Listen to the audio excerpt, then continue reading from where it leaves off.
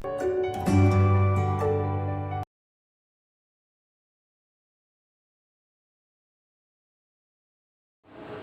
morning students, welcome back to Triveni Memorial Senior Secondary School online classes. Students, let's begin with one of our another chapter from history, that is tribes, nomads and settled communities.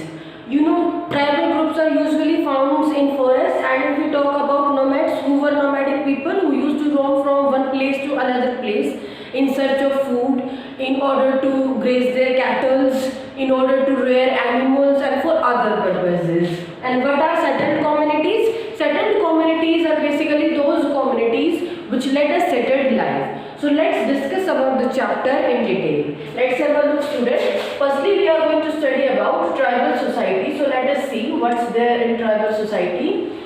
So as you can see here, in tribal societies, these societies do not follow the rituals, the traditions or the customs that the ordinary people used to follow. Their rituals, their traditions are different from the other one. What does it involve, or what does the tribal community basically involve? It involves hunter-gatherers, herders, nomadic tribes are there.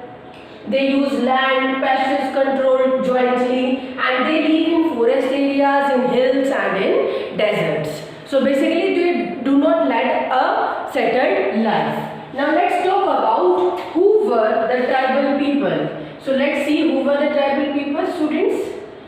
As you can see here, that if we talk about the tribal people, what we observe that they passes down to new generation. They passes down to new generation, from one generation to another generation. They do not have any written reports. If presently we know something about tribal groups, the information that is with us, that is given to us by the historians, by the archaeologists. They do not carry any written records about them. And there were many powerful tribal communities also which used to honor large territories. You can see example here, like Khokar tribe is one of the large tribal group at that time. Gakhars were there, and Arons were there, Balchuns were there, which were present in your northwest region. Shepherds tribals were there, Gadis were there, Bhils were there, many more tribal groups were there. Now let's see about the life of nomads. As I told you, who were nomads? Nomads were the people who used to move from one place to another place in order to rear their animals, but they do not lead a settled life. So you can see here, they were nomadic pastoralists. Banjaras were important part of nomads, and they were in fact used by the emperor also in order to transport the grains, in order to provide the grain services to the military people, you know, who were settled at a particular different place. And Banjaras, being nomadic group, they used to roam from one place to another place. So whenever grains need to be transported from one place to another place, Banjaras were used there. And some other tribal groups, as I already discussed with you, like Bhils were there, like Gakhars were there, like Gadis were there, they all were present here. Now let's talk about the new caste and hierarchies. Now what is this concept of new caste and hierarchies?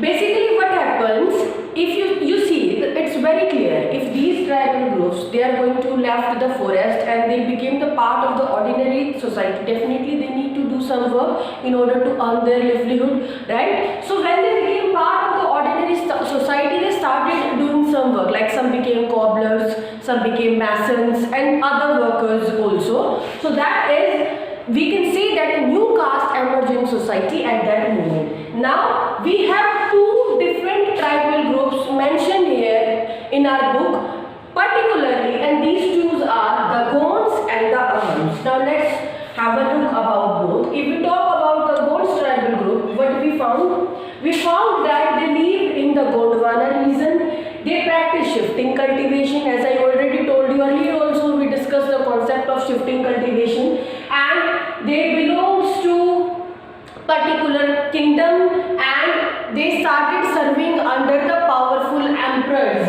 and Gond chiefs wished recognition as Rajput. Basically they want recognition as Rajput. Rajputs, because Rajputs were treated as warriors and they have a very renowned or family picture in the society, you know, status symbol. So they want that in their hand. Examples are given here, like Aman Das, who was born Raja of Ghara Katanga, like Rani Durgavati, who ruled after the death of his husband, that is Dalpat, and Asaf Khan, who attacked Ghara Katanga. In the same way, let's talk about the last topic or the last tribal group of our chapter, that is regarding the Ahams. So you can see here, Ahams, where they used to live, they used to live, or basically they migrated to the Brahmaputra valley from the forested region only. They built their large territory, their large state, and they faced invasions, attacked from various kingdoms from the southwest regions also, because they were very powerful. And Aham state depended upon forced labor. You know, PEX concept that we studied in our chapter. And society of Aham was organized in a well mannered, and they were also under the influence of the Brahmins. Brahmins was one of the community or one of the group that used to have its major influence on all the people in the society. So that's it about the chapter. Hope you understand the chapter very well. Like the video and subscribe the channel. Thank you, students.